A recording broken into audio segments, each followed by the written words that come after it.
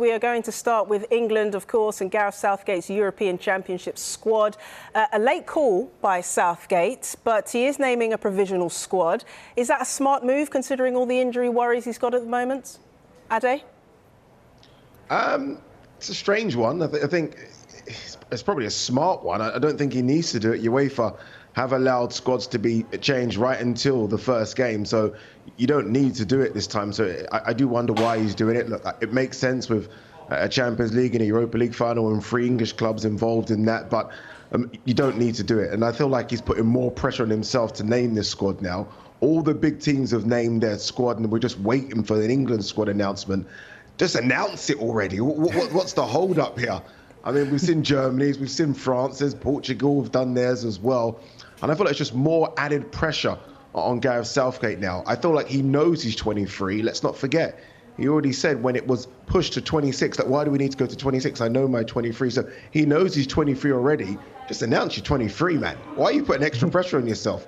Let the guys that are not going book their holidays and go away and have a little rest. And let's just do this. What's the problem? What's the hold-up? But Roshane, you know, there are injury concerns which he's got to look at. There are 3 teams in European finals this week, but he's known about those European finals. So why leave it so late to make this announcement?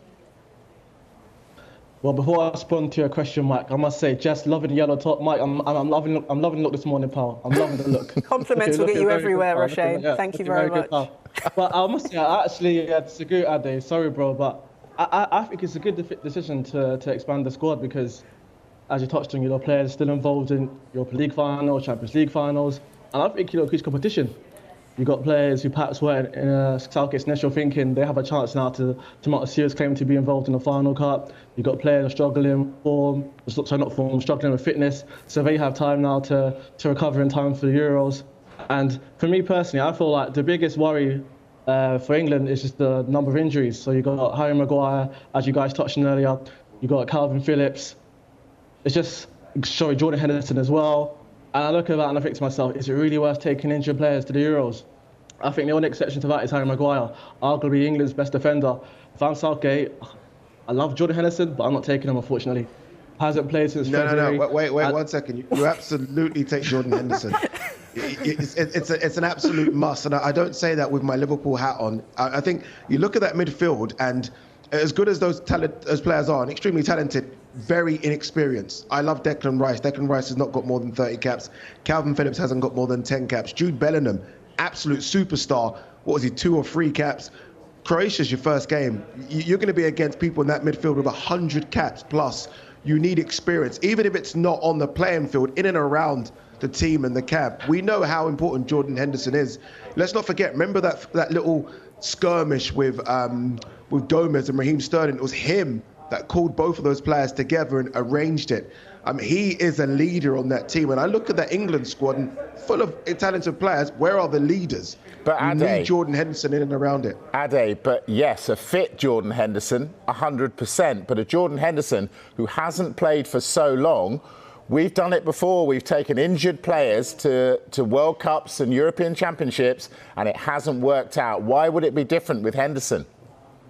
Honestly, even just him in and around the camp, and I know that sounds silly, that why risk rolling the dice on a player that's not fit, but even him in and around the camp. Look, you take a 23-man squad, realistically, 15 of those are going to play. 7 of them are tourists. They're not even going to get on the pitch. I feel that you just need someone like Jordan Henderson in and around. There are 2 warm-up games beforehand. Jordan Henderson, we know, and he's done this for Liverpool a lot under Jurgen Klopp, misses 5 or 6, comes straight back in. Get him in, let's see if he can play those 2 warm-up games and then roll the dice. Jordan Henderson for even 20 minutes on the pitch, for me, is invaluable when you're coming into those knockout games against the likes of possibly France and Kante and Pogba. England's midfield, as talented as it is very, very inexperienced.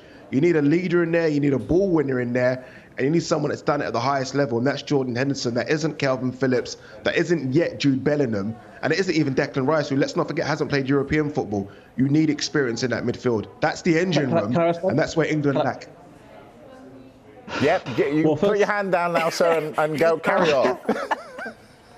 Well, first, I'm pretty sure you've got a Liverpool shirt underneath your sweatshirt, pal.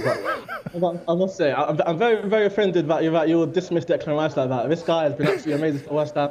He's excelled in places to Mark Noble as captain. And listen, I'm not bringing Jordan Henderson for work experience at the Euros. I don't think he'll play. He just hasn't been fit. Hasn't played since February, as I mentioned. You can train as much as you like. It's a different thing in terms of matching the intensity of a game. And I just felt like Jordan Henderson won't have enough time to do that for the Euros. I think Jude Bellingham's been great for Dortmund, and I think he'll do well. Declan Rice, as I mentioned, has been amazing. His goal against Southampton was brilliant. But that's what he has in his locker. You've got Mason Mount, who can play a deeper role as well. There's no reason why Jordan Henderson would be in a squad if he's not fit. All right, that's one Liverpool player we're arguing about. Let's argue about another one. Trent Alexander-Arnold.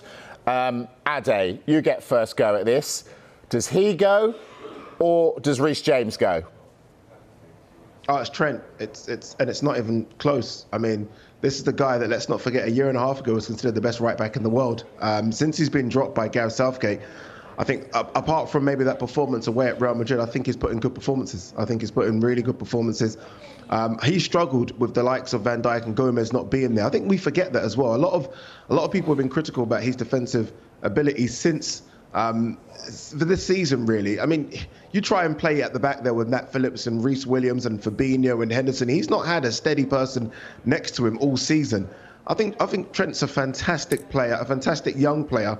And look, you ask Harry Kane, who do you want on that ball in the 89th minute to deliver you a pass to potentially score a winning goal for England to win the Euros? You want Trent. James Trent's Ward-Prowse, you want a defender now. Come on. Can he defend? Is he good enough to be in that England side defensively? I actually think he is. Is he a better defender than Reece James? No, he's not. Is he a better defender than Kyle Walker? No.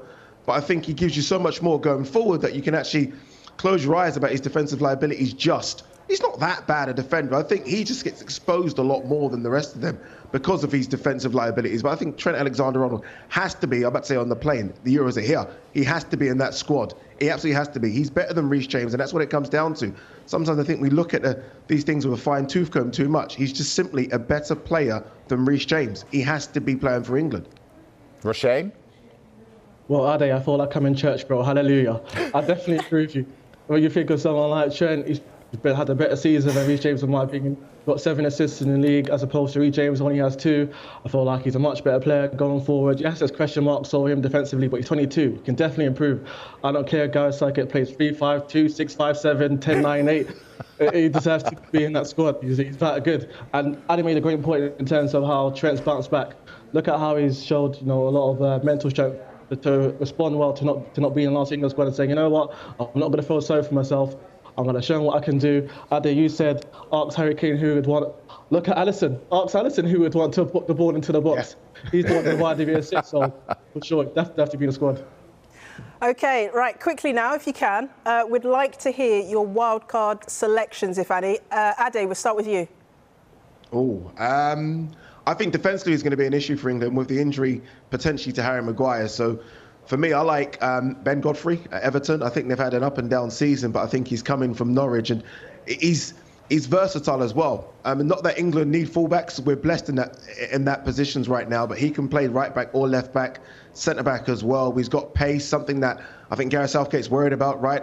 The pace at the back's always been a concern for England. He's got that in abundance. So I would look at Ben Godfrey. And I think Ezri Konsa deserves a mention as well. Oh. I speak to a lot of Villa fans up and down the country, and Tyrone Mings gets a lot of the plaudits, but you ask Villa fans and you ask them who's the better defender, they will say Ezri Konsa. So I think Ezri Konsa deserves a mention. We know that Gareth Southgate likes to bring up people from the under-21s and the under-19s. Both of those guys have gone through that. So I think Ezri Konsa and Ben Godfrey are my wildcards. They're good wildcards. How about you, Roshane? Yeah, very good wildcards. For me, it'll be Joel Willock and Tomori. I still haven't forgiven Tomori for turning down West Ham, but he's had an absolutely brilliant spell at AC Milan. Been really good. Played a key role in then qualifying for the Champions League.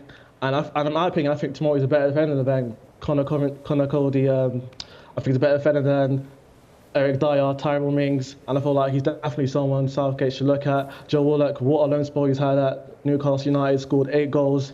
Definitely someone that should be in contention if Jordan Henderson fails to make it in time.